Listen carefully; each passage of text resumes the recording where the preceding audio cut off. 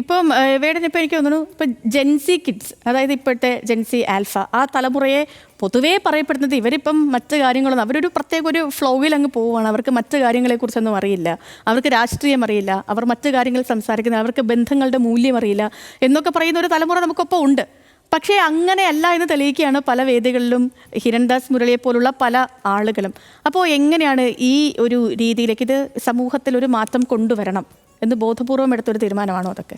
അല്ല, അത് പിന്നെ ഈ പറയുന്നത് പോലെ ജെൻസി കുട്ടികൾക്ക് ആർക്കും അവരെല്ലാവരും അരാഷ്ട്രീയവാദികളാണെന്നൊക്കെ പറയുന്നത് അതൊരു മോശം സ്റ്റേറ്റ്മെൻ്റ് ആയിട്ടാണ് എനിക്ക് തോന്നുന്നത്. കാരണം എല്ലാ അവൈലബിലിറ്റിയും ഉള്ളൊരു സമയത്താണ്, ലൈക്ക് ലോകത്ത് നടക്കുന്ന എല്ലാ പ്രശ്നങ്ങളെക്കുറിച്ച് വായിക്കാനും പഠിക്കാനൊക്കെ പറ്റുന്നൊരു സമയത്തും കൂടിയാണ് ജീവിക്കുന്നത്.